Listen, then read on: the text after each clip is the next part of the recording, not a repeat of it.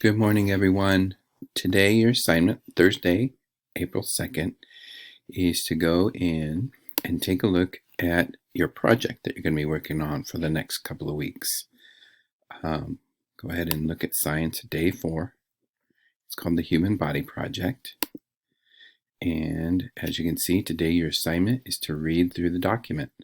This is a description of our next project. There is nothing you need to turn in today. Today, we're just reading the document and to begin thinking about which body system you want to study.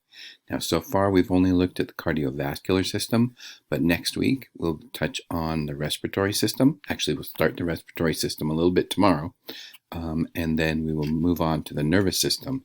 So by next Friday, you should have some information that will help you make a choice on which body system you want to do. Now notice the due date is not till the end of April, so we have plenty of time.